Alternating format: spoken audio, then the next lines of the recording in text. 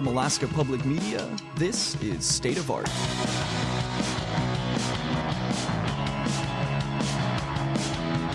Welcome to State of Art, your weekly dose of Anchorage arts and culture. I'm Ammon Swenson. Coming up, we'll meet the Jephries, a local trio that's been firmly establishing themselves in the Anchorage music scene for over a decade. They blend traditional rock and roll with other genres that can break your heart or get you dancing. Their newest album just came out last month and is called Charge It to the Game. Let's take a quick listen and we'll meet the band. This track is called Bones.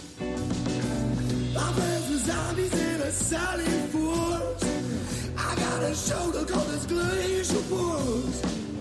Give me friction or just give me entropy. Cause I'm a use more than my mind. Singing ditties just to stay time. I'm joined by the Jephries, Sid Conklin on guitar, Jay Straw on bass, and Logan Rooney on drums. Conklin speaks next. I was playing music with one of our former bandmates, Jake LaBeouf, and him and I were writing songs like for a year and a half or so. And he's like, I got this drummer that I've been playing with since I was a kid, Logan. We hooked up with Logan and we were practicing. It's like, well, we need a bassist. And so I think we were like 21. We were just able to start to go to bars. And we go out to the Anchor. The Anchor, yeah. And R.I.P. R.I.P. the Anchor. That was a cool spot. Now it's a cop shop. Anyways, how far they fallen. Yeah. And this guy on an acoustic bass gets up and takes his shirt off and plays Master of Puppets all the way through and breaks the string while doing it. And Jake and I were like, that guy should be our bassist. And we go up to him, buy him a drink, and we're like, hey, man, you should come play with us. We play blues. And Jay goes, oh, that's unfortunate. But I'll come through. And so we had all these songs. We had like 6 or so songs to teach Logan and Jay, and we threw together this little EP that Evan Phillips produced. I mean, like, shout out Evan Phillips. Yeah, shout out to Phil. And yeah, that was it. We were 4-piece for a while, and then 2014. Parted ways with Jake, and we've been a 3-piece since 2014. So that's kind of really when, like, that summer is really the core of, like, when we actually, like, started to, like, be this version of the band. And it sounds like a couple of you guys, Sid, you and Logan are from Anchorage, but Jay, you're from Philadelphia? Yeah, just north. Yeah, so how did you wind up in Alaska? I always wanted to come up here, and one of my best friends, he hit up me and the girl I was with at the time and said, hey, I got a fishing job in Alaska. I got it off Craigslist. And I'm going to Alaska. So 2 days later, we piled into his little tiny Subaru Loyale, like a 1988 Loyale, 3 people with all of our stuff. And this was 2008. So Google Maps said it would take 3 days to drive from Philly to Anchorage. We're like, okay, great. Yeah, like 8 days later, we get to Anchorage. He calls up the people who gave him the job, and they're like, no, dude, somebody flew out a week ago. I don't know what. So he didn't get the job, but Tara and I stayed. Since you guys got started, I feel like the moment that I even saw your guys' name out there, I never stopped seeing it, playing shows and stuff like that. So you guys have kept it very consistent, and it can't be said for a lot of bands. I mean, even just life situations, trying to do it, even if they want to or whatever. You guys have played all over the city, all over the state. Are there any places that you want to play but haven't been able to yet? You know, city-wise, or like a specific venue somewhere, maybe. Well, so this is Logan speaking. You know, we've done a little bit on the West Coast. We've done Seattle, a little bit in California, Oregon, but I think Austin would be a cool place to check out. South by Southwest comes to mind. Just kind of plugging our stuff into other scenes and seeing what happens. We haven't really done a lot of that in more of an official way. So, yeah, we're kind of looking forward to that. Yeah, kind of like more receptive, like cool music scenes. Like try to maybe try some of those out. Absolutely, because, you know, we love Alaska. We wouldn't have been here for over a decade if we didn't. Yeah. But one of the drawbacks for being in such a beautiful and isolated kind of community that has a bunch of perks with it. But one of the drawbacks is that, you know, it is a little hard to get your stuff outside of the state, you're kind of left with the internet, I guess. Totally, yeah. That's kind of the game. Yeah. So we're just trying to navigate that, and we're musicians first and businessmen second. So Totally. It's been a learning experience, but it's been fun. Yeah, and I mean, people need to experience your live show because, like, obviously your albums are, like, really well put together, but, like, I think you guys really shine when it's live because obviously you're all super good musicians. You all really put it out there, but yeah, there's that energy that you don't really get from the album. So yeah. Absolutely. Live is where it's at. 100%. But like speaking of some of these outside places, I know that you guys have done a little bit of outside playing. Do you guys have any highlights of just kind of any places you've done in the lower 48 or We have people you high played and with? low lights. Oh, yeah. Let's start with the highlights and then we'll go lowlights. This is in reference to this 8-month journey we went on back in 2016 after our first album. We started off in Washington, went down to California, over to Montana, and then like over to the East Coast, like Philly, New York, Boston, and down to Florida, over through Texas, back into Colorado, and ended there. And we played a lot of shows with a lot of different people. It was one of the highlights was the fact that Blackwater Railroad that's was right. in New York at the time that we were playing New York. Yeah, we were in Harlem. Yeah, Just we were on their awesome. own, doing their own They thing? were doing they had their own tour going on. Yeah, and- it was the tour where they played the White House lawn. Yeah. That's crazy. Yeah. Shout out. Those guys work hard. Yeah, they work super hard. And then and so we met up with them and like had a good night with them, and then randomly we were in Florida at the same time. So we actually played a show with them That's right. in Florida. In Gainesville. Yeah, that type of stuff. Yeah, you can't plan that stuff out. That's insane. And in Gainesville, because that's like a cool That's a college show town. town. Oh, it was Yeah, so that must be wonderful. super fun. At Yeah. this place called the Jam. Yeah. Yeah. Yeah, That was a cool we met spot. people who went sharking with live chickens.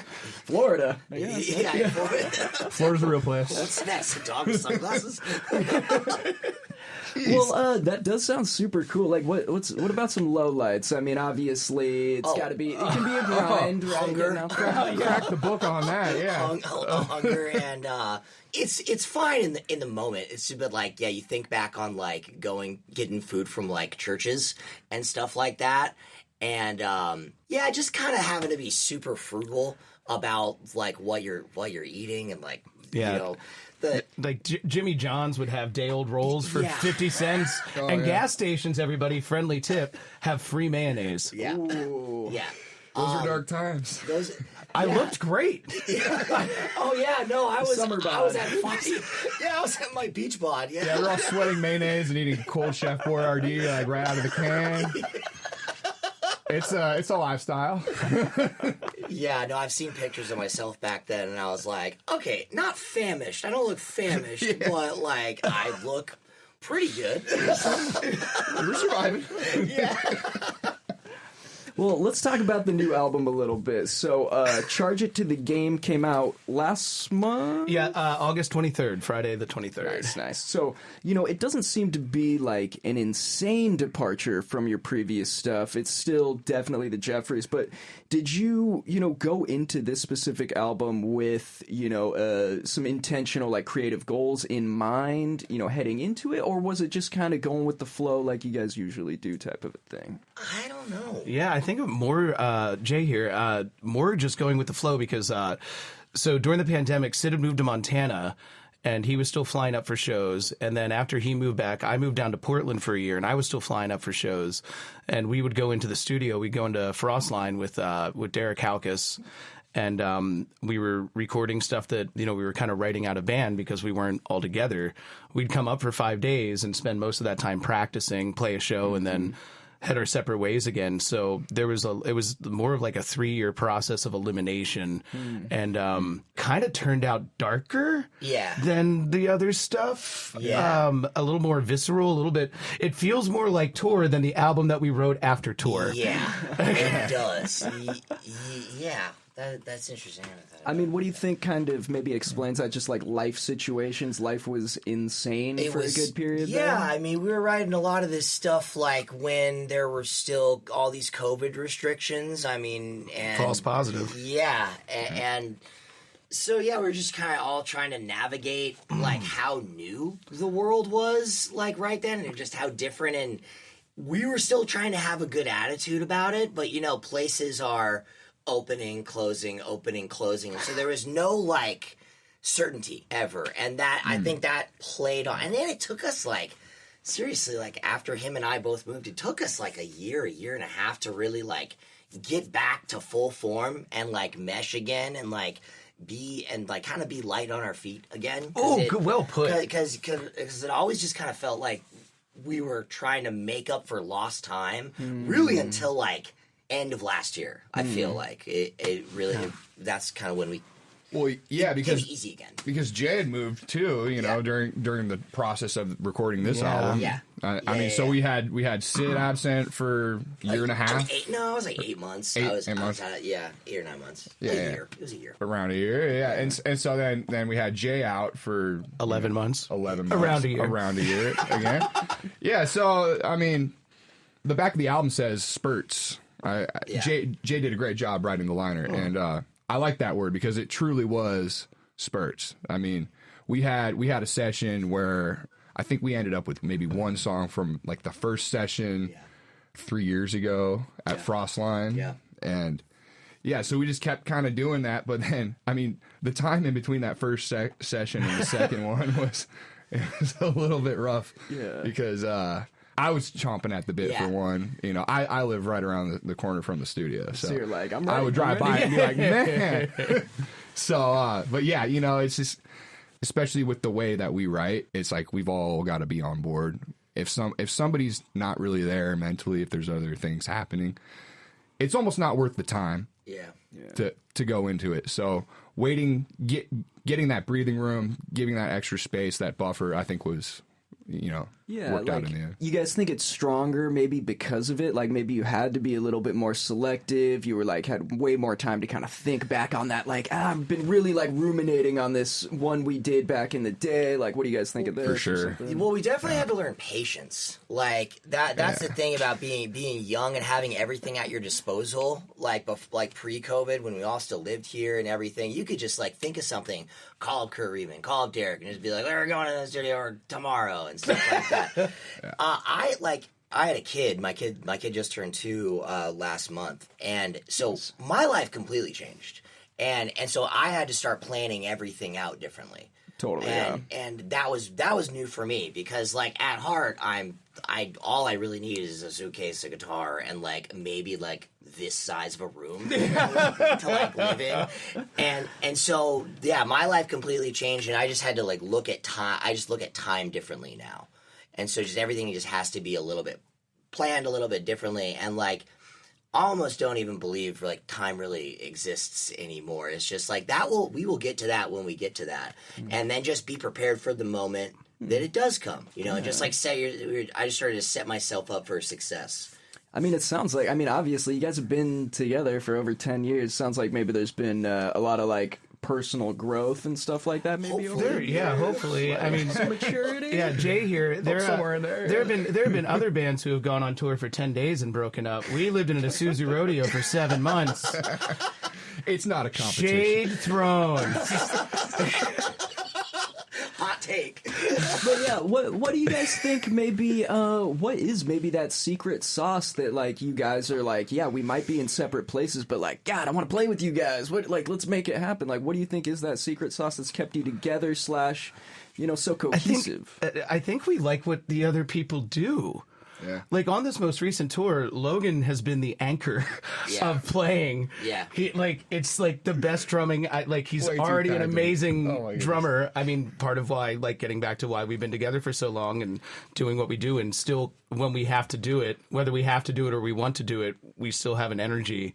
Yeah. We're all getting to a new plateau all the time, and you killed it this tour, and we're all we fixed your equipment. We didn't let stuff get us down. Yeah. Like you just kind of like deal with everything as it comes, and like have as good of an attitude as you can have all the time, and not and what we started to not we sometimes like we'd have a bad show back in the day, and I don't know, maybe I get a bad attitude and like phone it in to say, and what I noticed is that at a certain point we started to never phone it in, and we always, even if we were having a rough set, it's like you still have to like give your all at that moment, and like, yeah, you're gonna hate yourself in the moment because you forgot 7,000 chords in in a 2-chord song. But no, like the only thing you can do is deal with that at the moment, and then just like move on and be like, well, I mean, there's only up from here. Yeah, totally. I mean, that sounds like good advice for maybe some of the younger bands coming up, right? Like, and you guys have been playing with you've been playing with a lot of people though, but like, it seems like you do a pretty good job at playing with like up and comers, or like, I won't have heard of a band and then I'll like kind of maybe see them playing with you guys or something. So is that maybe like a conscious effort? As much as we can, for sure. We Absolutely, like try to give them as much, as much. That's what people did for us. Visibility as possible. Totally. Yeah, it is kind of returning the favor. Yeah. There's, I could think of, sustainable. at least a few bands that did that for us when we were starting out. You guys you had that older brother band that like you'd open for, whatever. We'll always kind of book you. The Dirty Hands. Dirty Hands were hitting it. And even if it was just a musician in town, like I remember Jack Tobin was like, Sid's guitar guru for a number of years. And all of ours, I mean, he would give us advice. He would be like, okay, boys, so you're going to go out on tour, and this is what's going to happen. And, and it sounded like a far-fetched fairy tale. We'd be sitting around his kitchen table. And rolls. Exactly. You're like, yeah, all right, Jack. And he called it, like, spot on, man. Like, the wisdom of that guy, That's awesome. Yeah, so I guess let's talk about maybe the music scene. So, I mean, we've talked about a handful of venues that don't exist anymore. Yeah. It can be kind of rough up here, like obviously travel and, getting out and doing other tours, getting your name out there. But, like, I don't know, what are your thoughts on maybe the Anchorage scene and maybe how stuff could maybe kind of improve, or how we could maybe keep fostering this kind of cohesive scene? So, Jay here, I think that as long as we look at conventional venues as the only places to play shows, we're going to continue to be frustrated with what outcomes there are. One of the reasons that I did move away when I got up here in 2008, but I came back, and all I wanted to do in that time away was move back up here when I got back up in 2012, because this place is clay. And it doesn't matter if you want to put on an opera at the Connect River Access, or if you want to throw a show in a park. Anything that you want to do, we have the ability here, because almost everybody knows somebody who knows somebody who knows somebody, to talk to somebody and make it happen. And you can make things happen. Whoever's listening to this, you can make things happen. And we need you to do it. We want you to do it. And, we're all certainly here to support you. This is us needing a house show to play. Yeah. And if you have a beautiful, spacious house, let us know. If your rich parents have a liquor cabinet, We'll watch it for you. PA, maybe? yeah, they have a PA. I call it master bedroom. We can sleep on the same bed and not touch. Yeah, I'm sure it wouldn't be the first time. Oh, no, it would not. Oh, no. Nor the last. Also, just to add to that, I think really fostering the all ages shows, supporting that in any way is huge, because I've noticed there's really good turnouts when there's all ages events happening here. And I remember being that age, being an 18-year-old or 16-year-old kid in Anchorage and looking for stuff to do and trying to stay out of trouble. Well, that's how I frame it looking back. Totally. Anyway, but I mean, those are good outlets, I think, that every community needs. And when every opportunity for live music is at a bar or at some sort of beer garden venue where they got to partition the crowd and you only get to see half of the stage, and like that's all, like it's so unnecessary. It's so easy to do, get a PA, get a permit, bring Make it people, happen. Or the people don't get will a come. permit. Build it, they will come. Yeah. Screw the permit. Just do it. Yeah. Ask for forgiveness. Yeah. Yeah, exactly. Do it and ask for forgiveness later. Absolutely. When Werner Herzog was asked if he wanted to start a film school, he said, "I don't know why I do it. I just teach people how to box and how to forge signatures." So Basically what we do behind the scenes. Yeah. That's what's going on in the Yeah. Jephries kit. Forged signatures. Yep, that's us. All right, well, so you guys are kind of wrapping up this kind of like statewide album tour, but you guys were all over the place in the last couple of months. Any highlights from kind of your travels around the state? Oh yeah. I mean, McCarthy always slaps, dude. It's We so played. good. We ended up playing 3 shows out there. And that was insane. It was just so beautiful. What's the turnout like for those? Is it like people coming in from the campgrounds, like pouring in, or is it just like what is that even like sometimes? We Like, play there's gotta the be such a prom. mix. You'd be surprised how a many lot of people are. guides. Yeah, a lot of guides. Yeah. Yeah, a lot of guys. A lot of just mountain people, basically. Yeah. And like, we play the McCarthy prom at the saloon. Shout out to Neil. And that's kind of the end of the year workers party, and it's just like a really wild time. And Yeah, for everybody who's been out there like all season type of thing, they all come exactly. together. Exactly. Yeah, it's like the Exactly. last Super week. fun. Yeah. It's like Final Labor hurrah. Day. Yeah. Labor Day is Oh, like the God. last week out there.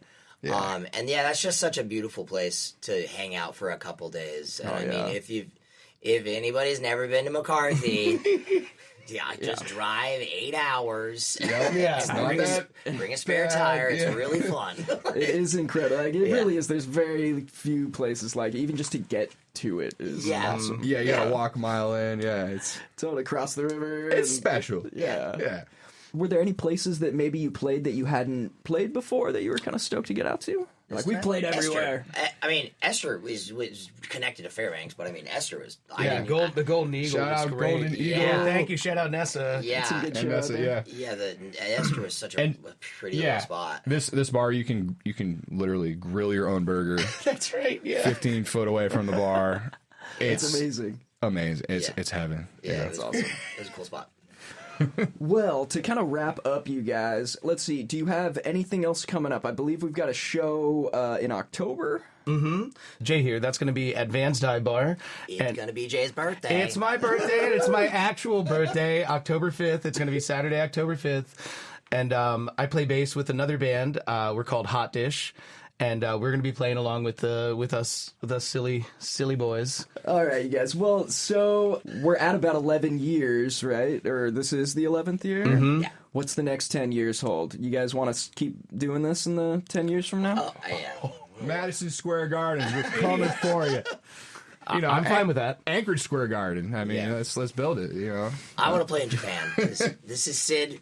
Japan. Hey, we want to come there. Dude, yeah, that would be sweet. This interview gets to Japan. You know, Yeah, I want to go during ski season. Hit us so I can up. go ski in Japan too. Go rock out, go skiing in Japan. Yeah. if you own a ski resort in Japan and also need live music, this is your call. This is your opportunity. This is your opportunity right here. Hopefully somebody's listening in Yeah. Japan that owns a ski resort. Fingers We crossed do right have a now. wide audience. I'm crossing my toes for this one. Shoot. Yeah. Yeah. You know, just to travel, I think is we all kind of have that traveling bone, and it melds together with this operation very well. Yeah. So just trying to perpetuate that as far as we can, man. You know.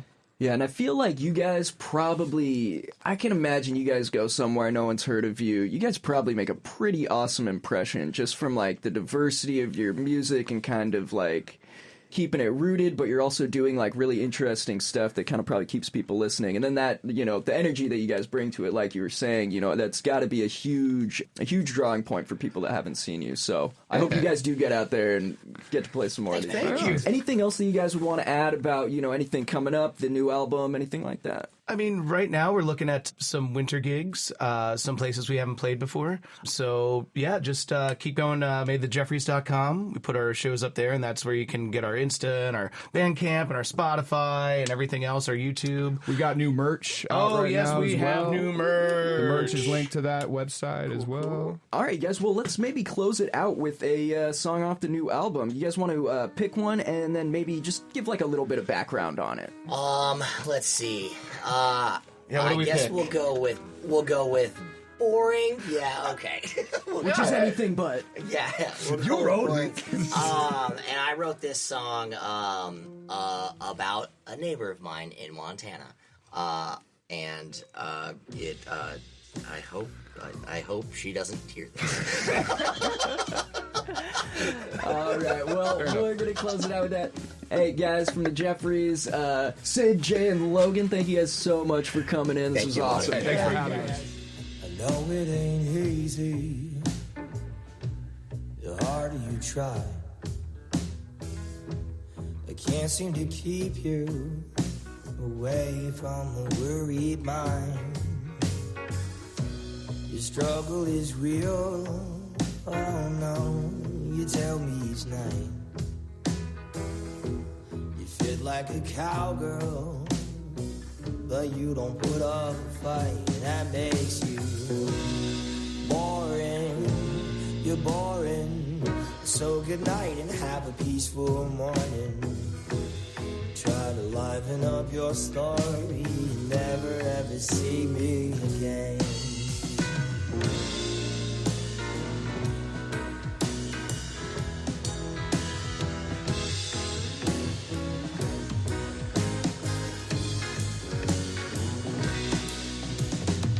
Suddenly neighbors got a dusty wife, all in my kitchen trying to be a light. Well, darling, just to go on home while you still got legs to get you there. I know you're hungry and you feel alone.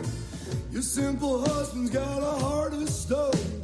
Already dove to the deep unknown, but you're not part of the unknown. You're boring, so good night and have a peaceful morning.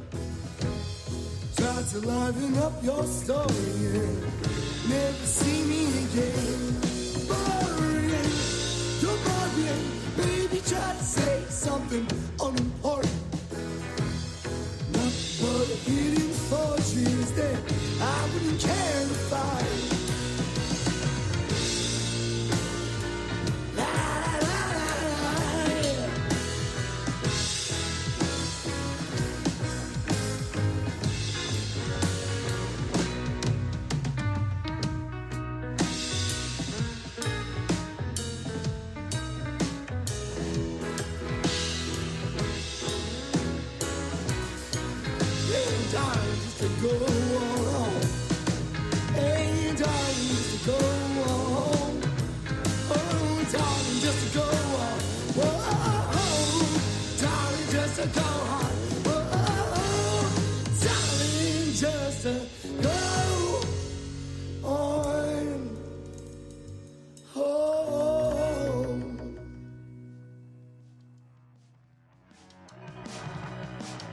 That was the Jephries with Boring off their new album, Charge It to the Game.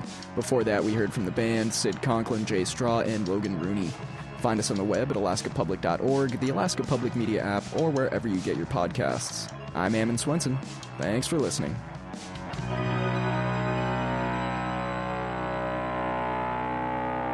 State of Art is a production of Alaska Public Media, which is solely responsible for its content. The views expressed are those of the hosts and participants and do not reflect KSKA or its underwriters. Theme music is Spring Breakup by Termination Dust. Get in touch with the host by sending an email to soa@alaskapublic.org.